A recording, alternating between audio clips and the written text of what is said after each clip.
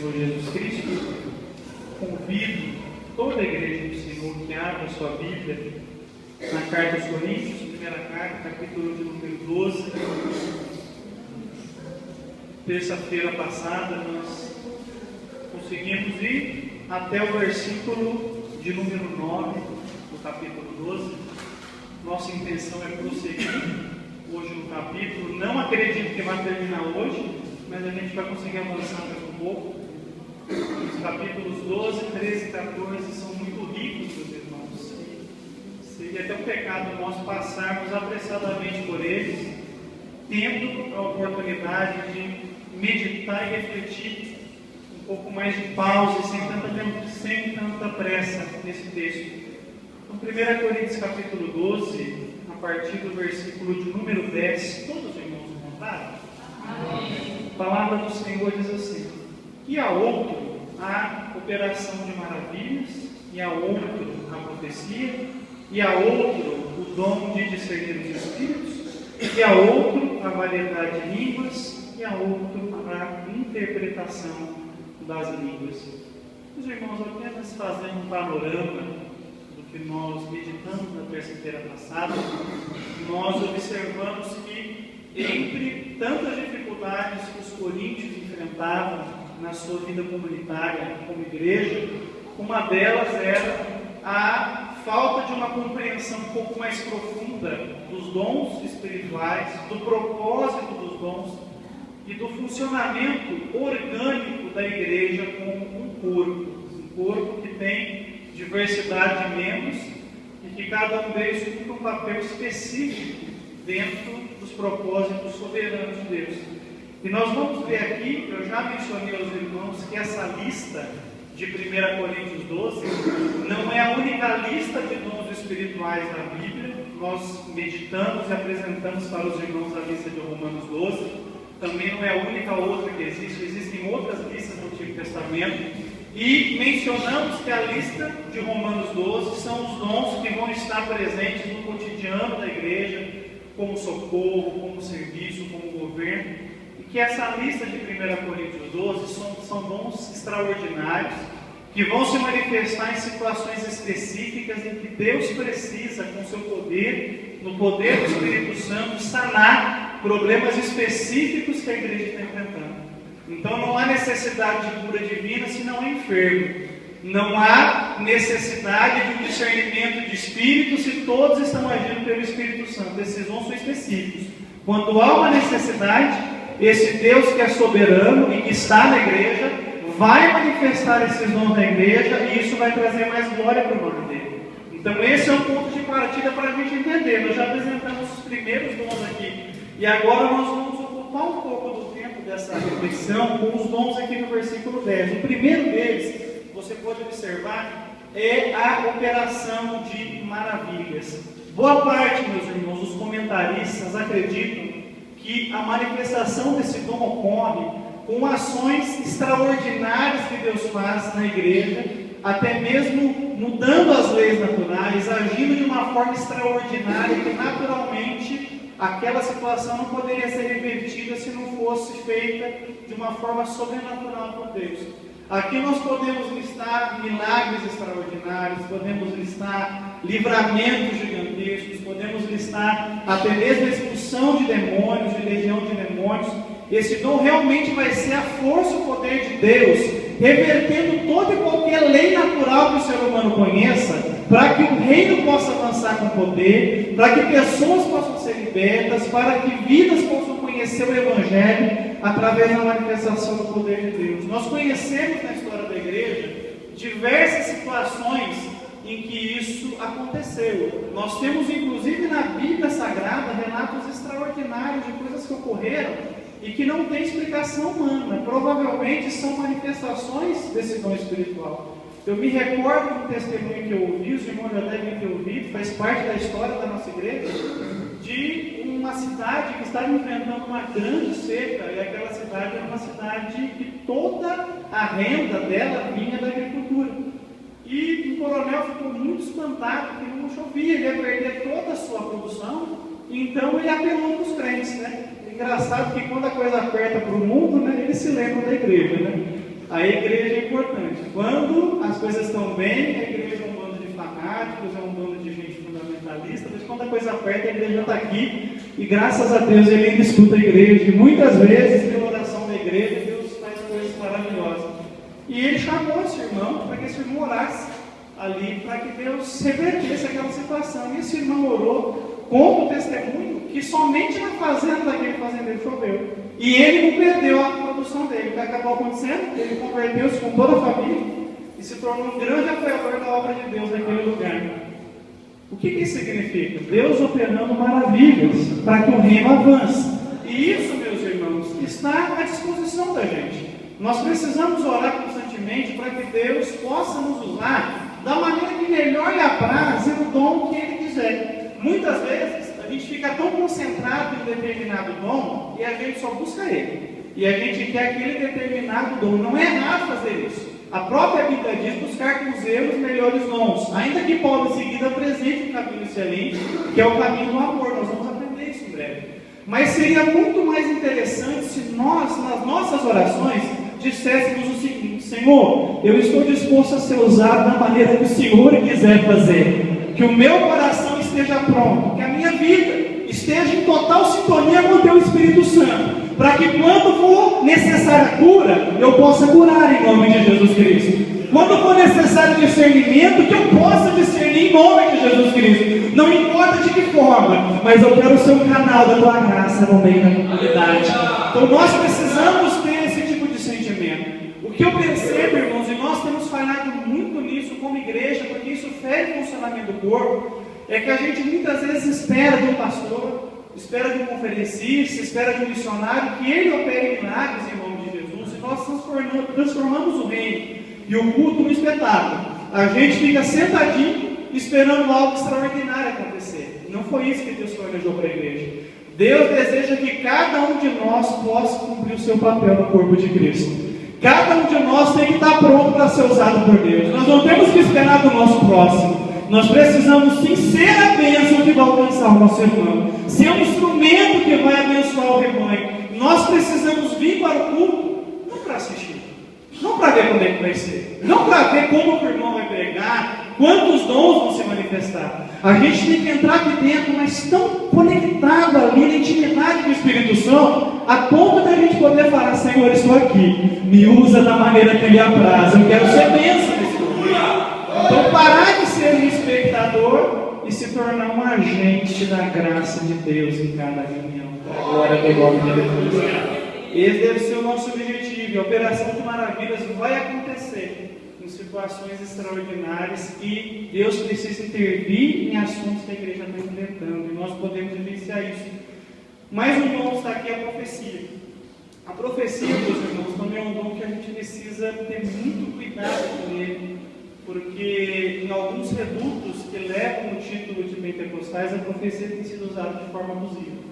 Quase todos nós aqui limitam a profecia àquele momento em que algum irmão, numa experiência de êxtase ou de agitação, ele chega na gente e fala: eis que te digo, na primeira pessoa, como se Deus estivesse falando através dele, e prevê no futuro: vai acontecer isso, vai acontecer isso, vai acontecer isso. A única forma que a gente vê profecia é dessa forma. Mas o Novo Testamento, ele não sustenta a profecia somente deste modo. Pelo contrário, nós não observamos nenhuma vez no Novo Testamento a profecia ser dada dessa forma. Muitas vezes a profecia era falada não na primeira pessoa, simplesmente uma pessoa mencionando fatos acerca de alguém e preparando ela para eventos futuros. Por exemplo, quando o profeta Ágabo encontrou com Paulo e preparou ele para o que ele enfrentaria em Jerusalém. E nós precisamos ver que a profecia também ela pode ser uma aplicação inspirada das próprias palavras da Escritura Sagrada na vida da igreja. Muitas vezes o irmão está pregando uma mensagem e numa ação sobrenatural do Espírito Santo, ele aplica aquele texto numa situação específica que a igreja está vivendo. Aquele texto já foi pregado 10 vezes na igreja, mas naquele momento aquela palavra foi vivificada. E quando a gente recebe aquela palavra no coração, a gente está convicto de que Deus está falando com a gente. Não é simplesmente uma exposição morta da palavra ou uma exposição apenas a título de educar o rebanho sobre o Evangelho. mas é uma exposição que a gente percebe, meu Deus abriu os meus olhos, é para mim isso. Foi uma profecia. Foi uma profecia.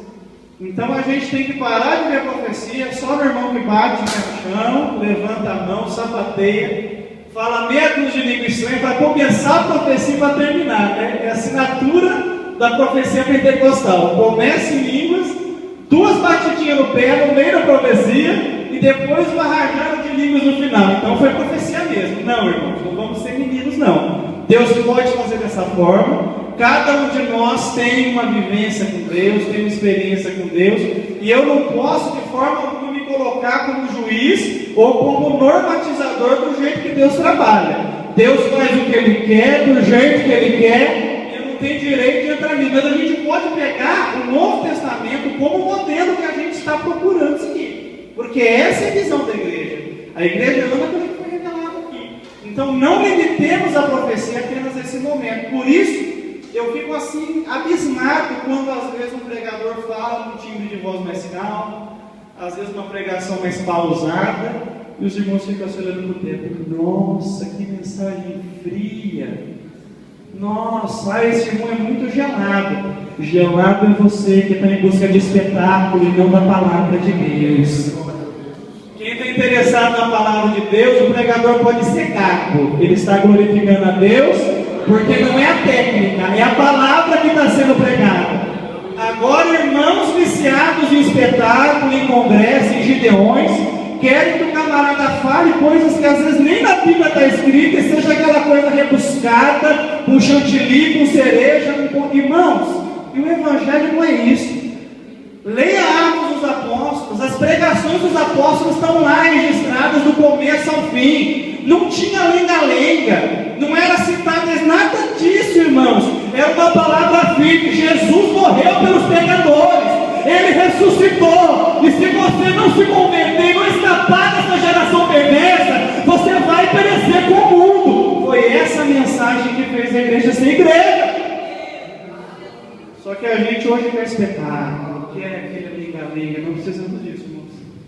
Se a gente realmente está unido com Cristo no seu corpo, pode ser um irmão falando assim, pode ser um pouco mais animado para falar, nosso coração está atento, porque essa palavra é viva e ela fala ao nosso coração.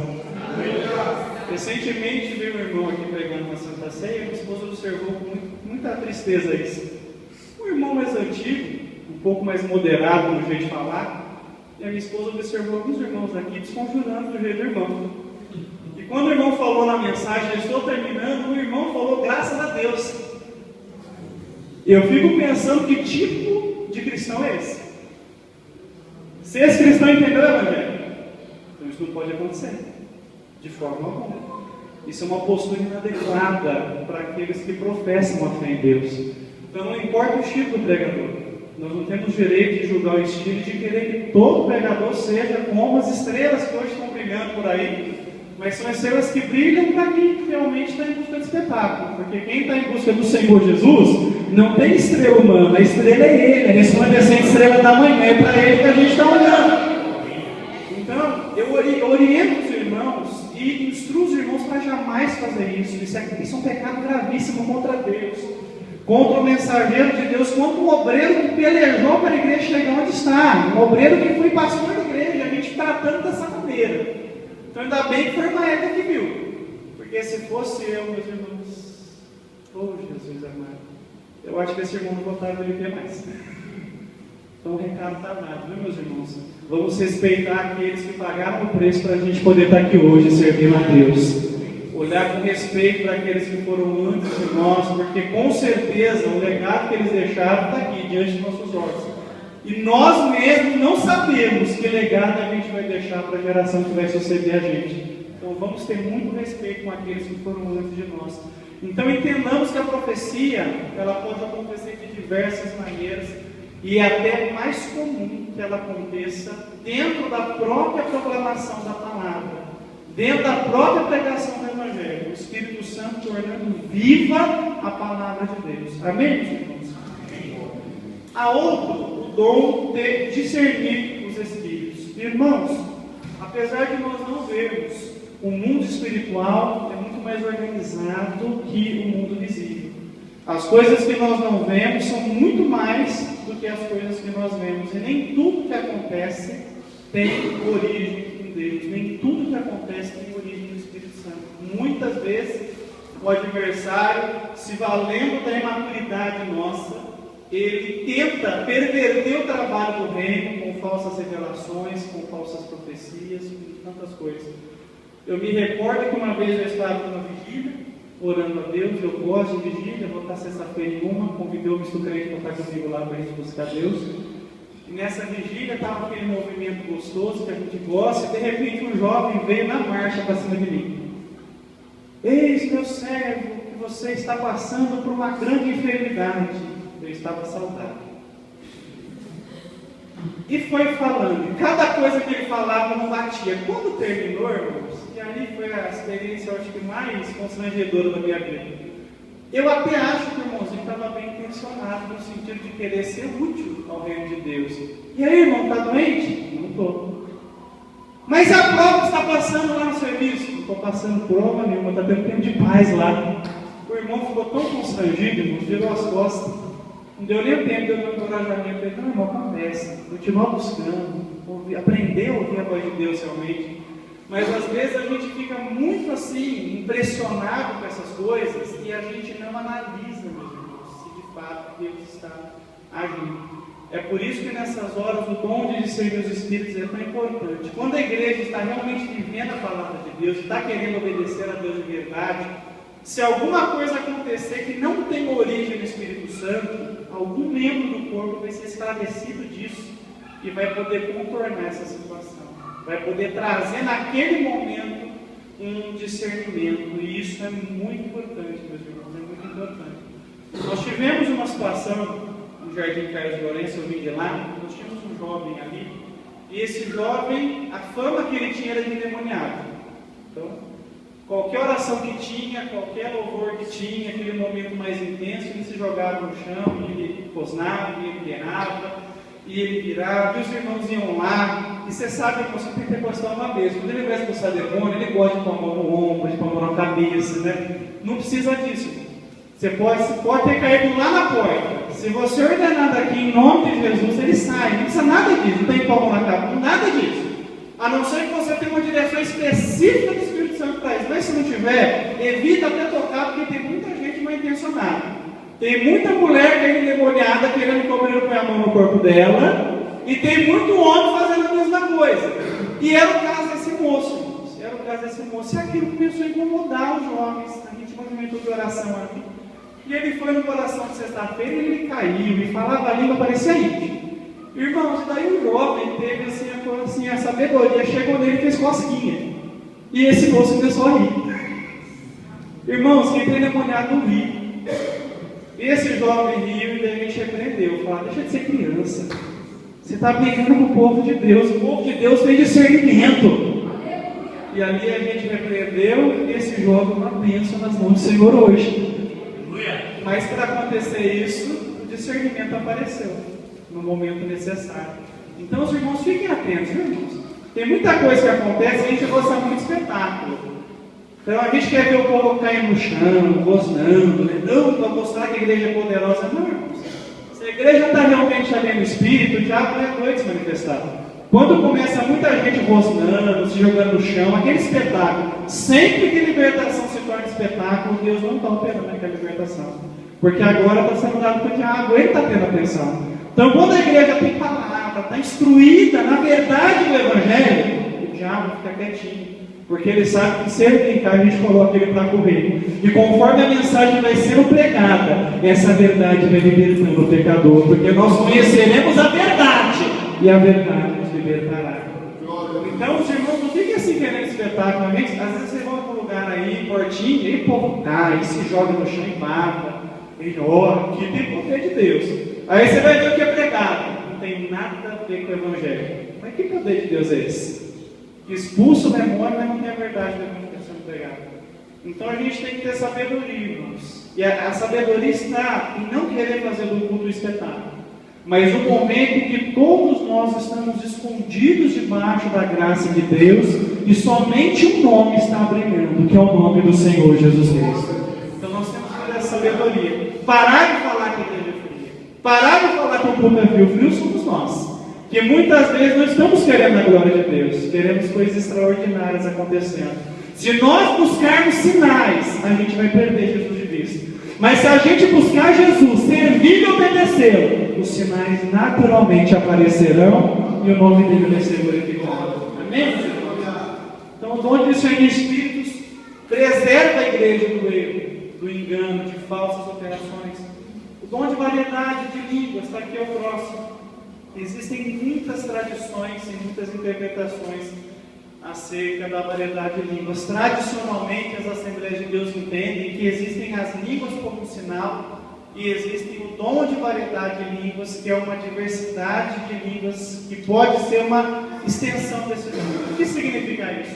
Nós acreditamos que o batismo no Espírito Santo é evidenciado pelo falar em outras línguas. Entenda, ser cheio do Espírito Santo não é falar em línguas, são coisas completamente diferentes. Acreditamos que quando a pessoa recebe o batismo do Espírito Santo, para evidenciar que a experiência aconteceu, naquele momento ele vai falar em línguas estranhas. Cremos nisso, porque entendemos que qualquer coisa que aconteça dentro de nós vai ter um sinal exterior. Essa é a fé que nós temos. Isso nós chamamos de línguas como um sinal. É uma certeza que nós temos que aquela pessoa vivenciou a experiência. Vemos isso em Atos capítulo 2, verso 4. Lemos isso em Atos 10, quando Pedro prega para os gentios ali, o Espírito Santo é derramado sobre eles e eles começam a falar em outras línguas. Cremos nisso por causa de Atos 19, quando Paulo encontra os discípulos de João Batista. E após orientá-los sobre a pessoa de Jesus, o batismo que Jesus Cristo ensinou, ora sobre eles, eles falam em outras línguas. Cremos por conta disso. A variedade de línguas não é esse sinal, mas é um ministério que capacita a igreja para se expressar no idioma conhecido, para poder alcançar pessoas de outros idiomas que possam ali ser, com aquela manifestação do dom, impactados pelo Evangelho. Acreditamos que isso aconteceu por conta de Atos 2. No momento em que aqueles irmãos foram ali cheios do Espírito Santo, no verso 4, eles começaram a todos a falar em outras línguas, uma coisa até meio desordenada. Bem a nossa cara, bem pentecostal mesmo, aquela alegria. O Espírito Santo foi derramado, eles começaram a falar em línguas. Mas se você observa o texto, quando a multidão se aproxima para ver o que está acontecendo, eles então começam a ouvir os irmãos falando, cada um na sua própria língua nativa. Entendemos que no primeiro momento o sinal aconteceu, todos pararam em línguas. Mas quando o cenário missionário foi montado e havia pessoas para ouvir, o Espírito Santo então capacita os irmãos a falar nos idiomas conhecidos. E cada um ouviu das grandezas de Deus na sua própria língua materna. Então você veja que há uma diferença. Nosso pastor supervisor, o pastor Daniel Bueno, quando ele foi meu pastor do Carlos Lourenço, ensinando 1 Coríntios 12, ele contou uma experiência que ele viveu quando ele serviu o Senhor em Brasília. Ele cantava no coral, e ele disse que o coral da igreja se apresentou, e quando o coral terminou de cantar, ele foi cheio do Espírito Santo naquele momento, e começou a falar em uma língua que ele nunca tinha falado. Falou. A hora que ele sentou, o pastor da igreja levantou e disse: o Senhor disse isso por essa mensagem, entregou a mensagem para a congregação. Diz ele que foi um Pentecoste tremendo, eu acredito, nosso povo gosta disso. Passaram algumas semanas, uma irmã daquela igreja foi visitar o pastor Daniel e a irmã Lúcia, e falou assim: irmã, eu preciso contar um negócio para a senhora. Naquele culto em que aconteceu aquela experiência, o pastor Daniel falou em línguas, meu marido estava presente ali. E o pastor Daniel falou em alemão fluente. O pastor Daniel fala em alemão? Ele falou: não, mal falo português. Mas ele falou em alemão fluente. Diz meu marido que a interpretação que o pastor deu foi exatamente o que o pastor Daniel falou. Variedade de línguas. Então pode acontecer. Pode acontecer. Muitas vezes, na própria experiência comunitária nossa, quando esse dom se manifesta, eu percebo que a igreja aquieta, entendendo que talvez algum irmão possa ter a interpretação daquele dom. Você pode ver que quando está um momento de adoração, os irmãos estão falando em línguas, está aquele fogo gostoso. Mas há um momento que parece que algum membro do corpo se destaca no falar, aquilo causa um temor no rebanho, dá aquela acalmada, como se aquilo fosse ter um teor profético. E pode acontecer, sempre que a variedade de línguas é interpretada, e no plano de Deus isso deveria acontecer sempre, nós vamos aprender isso em 1 Coríntios 14, então a gente tem que estar sempre atento. Se você ouvir um irmão falando em variedade de línguas, está claro que aquilo é uma mensagem. Você, em vez de ficar falando, quem Deus vai usar? Meu Deus, vai profetizar ou vai não? Naquele momento você com temor fala, Senhor, se o Senhor quiser me dê interpretação, porque se o Senhor me der, vai edificar a igreja. Só que a gente às vezes está viciado no espetáculo. Meu irmão começa a falar, ai, pra mim, ai meu Deus, eu estou provado. Deus vai falar, não faça isso. Nesse momento você vai começar a orar, Senhor, se tiver que a interpretação vir através de mim, eu estou pronto, me usa para a tua glória.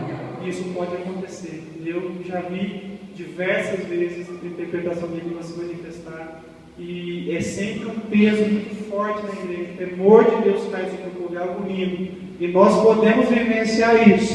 Então hoje eu entendo, meus irmãos, de tudo que eu tenho falado com os irmãos, que a gente precisa trocar o espetáculo pela vontade, boa vontade de servir. Eu não vou vir mais para assistir o culto, eu vou vir para servir durante o culto. Eu não vou mais vir aqui para ver o pregador falando, o cantor cantando. Eu vou vir para ser um canal de Deus em cada reunião. Se Deus tiver que usar alguém, Ele vai me usar. E eu vou me disciplinar e buscar para que o que tiver que acontecer, possa acontecer através de mim.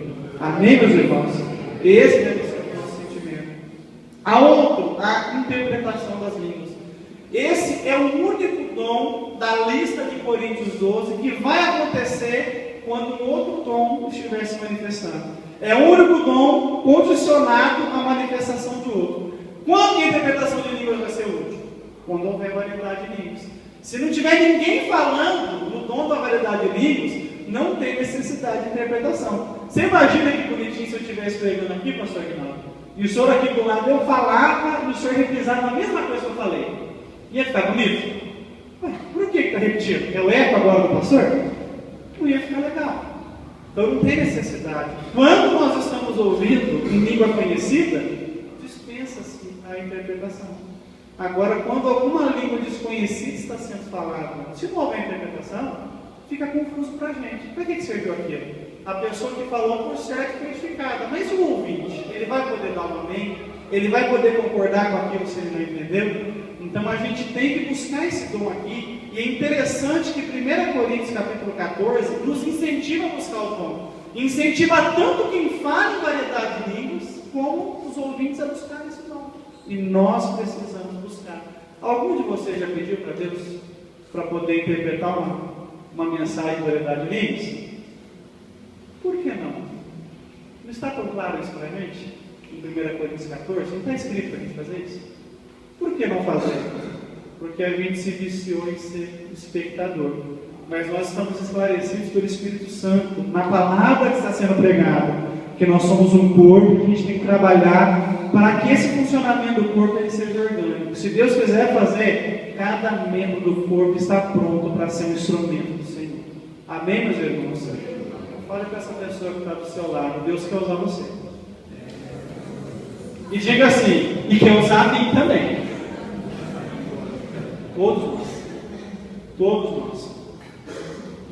Versículo 11. Mais um só, e o mesmo Espírito opera todas essas coisas, repartindo particularmente a cada um como quer. Irmãos, preste atenção no versículo de número 11. Muito importante esse verso. Mas um só, e o mesmo Espírito opera todas essas coisas. Quando uma comunidade caminha de acordo com as Escrituras e aceita a obra que o Espírito Santo quer fazer nela, por ela, através dela, é o Espírito Santo que vai fazer todas as coisas. O irmão que por graça de Deus e misericórdia curou o doente, o fez pelo Espírito Santo. O irmão que profetizou, o fez pelo Espírito Santo, por um único Espírito. Por isso, nenhum de nós tem direito de se vangloriar quando é usado por Deus. Não foi você, foi o Espírito Santo que é o penhor da herança que mora em você. quer a vanglória na igreja, por algum dom se manifestar nela, a presença de Deus se afasta dessa comunidade. Nós precisamos estar com muita humildade e temor diante de Deus, entendendo que o que acontecer, vai acontecer porque o Espírito Santo está na igreja, está individualmente em cada um de nós somos o templo dele, e o que acontecer, vai acontecer pela ação dele e não pela nossa própria ação. Ainda que você tenha se disciplinado para ser usado por Deus, você orou, você jejuou, você pagou o preço, tudo isso é importante, devemos fazer isso sim. Mas nunca coloque o fato de ser usado por Deus nessas coisas, porque senão você troca a religião de graça que temos por uma fé legalista.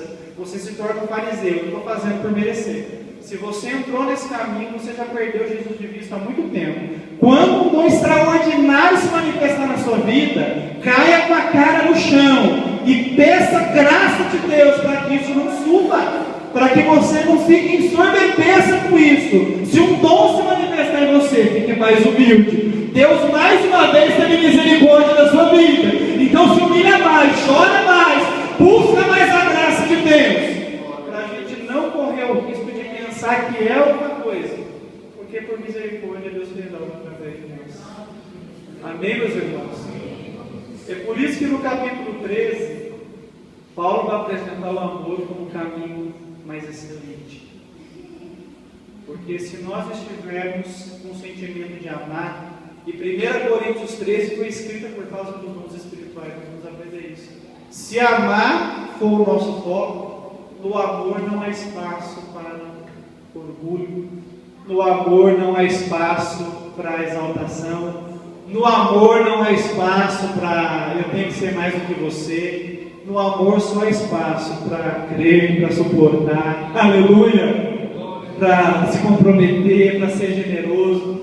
Então, quando o amor se torna o leme que vai conduzir a nossa vida, os dons vão se manifestar e isso vai ser sadio na igreja, porque ninguém está querendo ser mais do que ninguém. Todos querem uma única coisa: trazer glória para o nome do Senhor Jesus Cristo e fazer com que a igreja se torne um ambiente harmônico, onde a glória de Deus se manifesta. Amém, meus irmãos?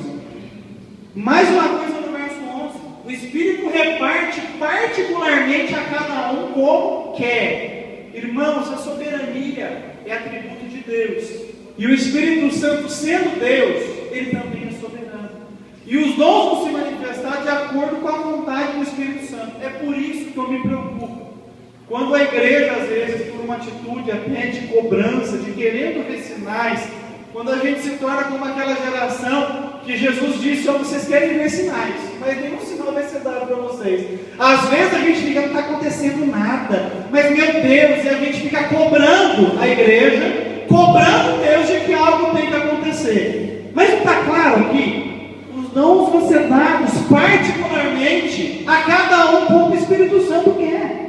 Se o Espírito Santo quiser passar um mês sem manifestar dom nenhum na igreja, irmãos, ele é Deus, ele faz dessa forma, às vezes até para nos provar, para ver se a gente está buscando a Deus por aquilo que Deus é, ou por aquilo que ele pode fazer pela gente. Aleluia. Irmãos, sejamos francos, muitas pessoas estão aqui dentro olhando para as mãos de Deus. O que Deus pode fazer por mim? São as pessoas que, quando a luta chega, elas somem da igreja. Ah, Deus não fez, Deus não falou, não aconteceu, não foi do jeito que eu queria. Aí a pessoa some da igreja. Aí vai procurando, vai na igreja, vai na outra, não encontra, irmãos. Porque Deus é misterioso. Deus não tem que fazer o que você quer. Deus vai sempre fazer o que Ele quer. E quem é de Deus? Da glória. Mesmo na prova.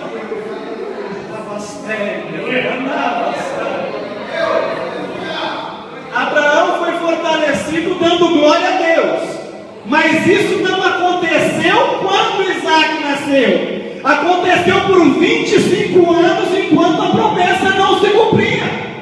Mesmo sem acontecer o que ele queria, ele continuava confiando. Deus falou e ele é fiel. Aleluia, glória a Deus. Agora, quando a gente é imaturo,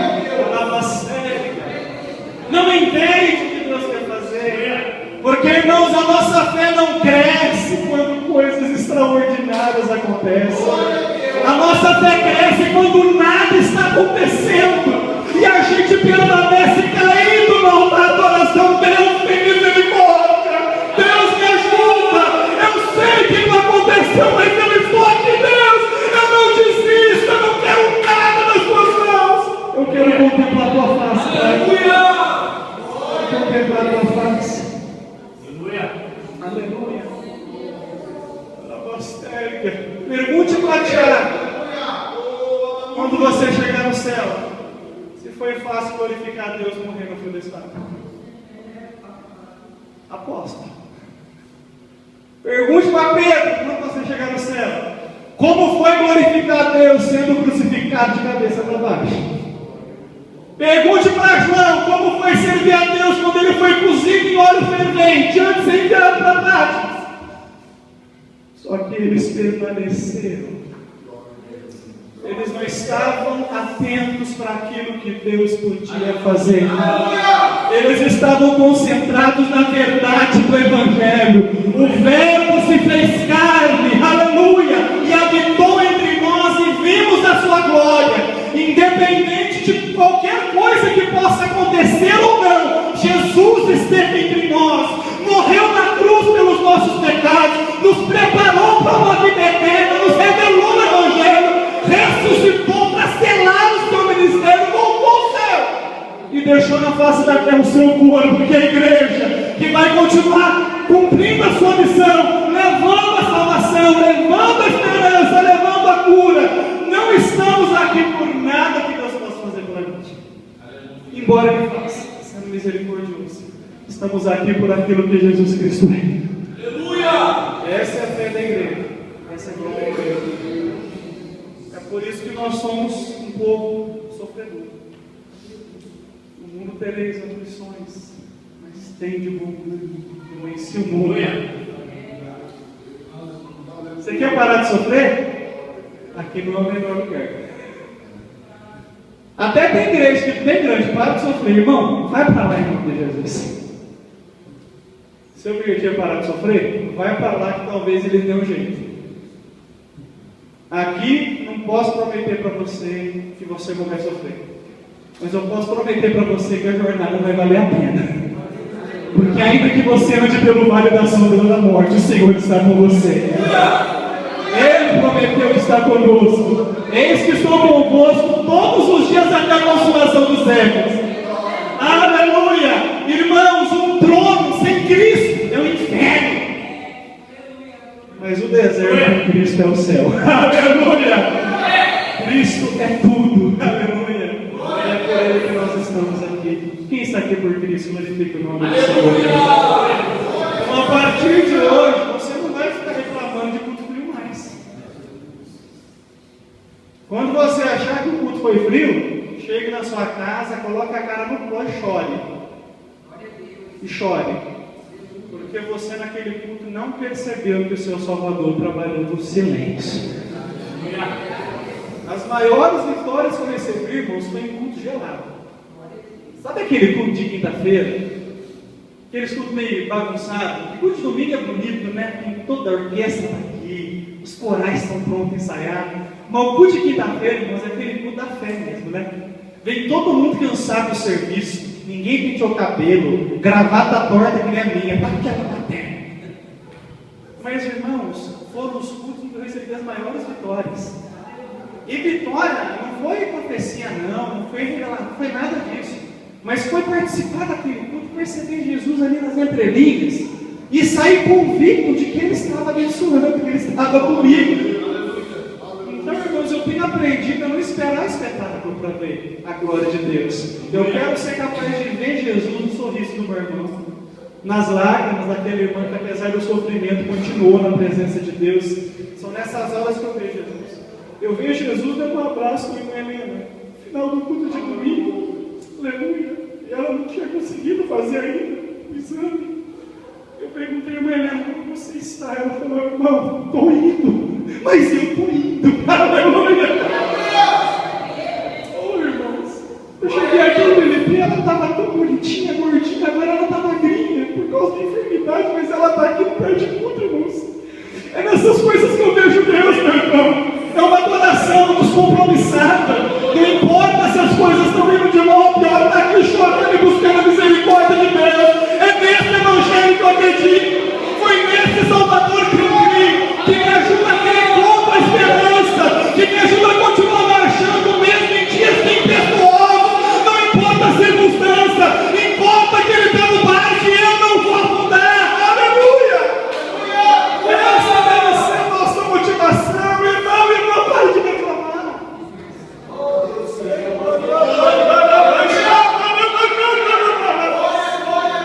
Para de reclamar, reclamando do quê? Fez duas refeições hoje. Teve trabalho. A família estava em casa. Está reclamando do quê? Deus está te devendo alguma coisa? Ele não deve nada para ninguém. Ele já nos deu tudo. Jesus já está conosco. Aleluia. Vamos nos deixar levar por esse sentimento consumista. Quando eu tiver aquela bolsa da Marçanela, eu vou ser feliz. Aquela sandália de Jean. Aquela carteira. Para com isso, em nome de Jesus. Você já foi enriquecido. A igreja, como Paulo diz na carta aos Coríntios, foi enriquecida em Cristo Jesus. Quanta gente anda aí no melhor carro, na melhor roupa. Tem dinheiro, pode comer nos melhores restaurantes, mas não tem a paz que você tem. Não tem a comunhão com Deus que você tem. Nunca experimentou uma consolação do Espírito Santo. Enfrentam tudo, com todo o dinheiro, com todos os recursos, sem esperança nenhuma. É uma vida abastada que não vale a pena. Mas eu tenho aprendido a ver algo até inacreditável. A primeira igreja que eu pastoreei era a igreja de uma favela. A minha esposa lembra disso. A gente entrava ali em barraquinhos, irmãos. Dava uma tristeza. Aquela madeira já estava podre, mas a família não tinha condições de trocar aquela madeira. Eu não sabia como é que podia viver ali dentro. Não sabia. Mas eram famílias crentes, que glorificavam a Deus, eram os mais alegres dos cultos. Apesar de não terem recursos financeiros, eles estavam enriquecidos pela presença do Espírito Santo. E não reclamavam. Lutavam para vencer aquela situação, porque é legítimo. Você pode lutar, você pode se esforçar para melhorar e Deus ser glorificado nisso. Mas nós jamais podemos perder a nossa satisfação em Cristo Jesus. Nós estamos satisfeitos não pelo que temos, mas pelo que Cristo é em nós. Eu percebo às vezes que a gente se abate tão fácil. Coisas tão pequenas, a gente vem num culto, olhando para o relógio e se esquece de que Jesus está conosco aqui. De que a palavra dele está sendo pregada e que nós podemos nos alimentar naquela noite, ser bênção e ser realmente um povo que está caminhando na contramão na face da terra, fazendo a diferença. Então entenda, o Espírito Santo ele vai repartir particularmente a cada um como quer. Quando ele quiser, vai ter. E quando ele não quiser, não vai ter. E quem é dele vai glorificá-lo nas duas situações. Amém, meus irmãos? Só foi 2 versículos hoje. Fique de pé em nome de Jesus.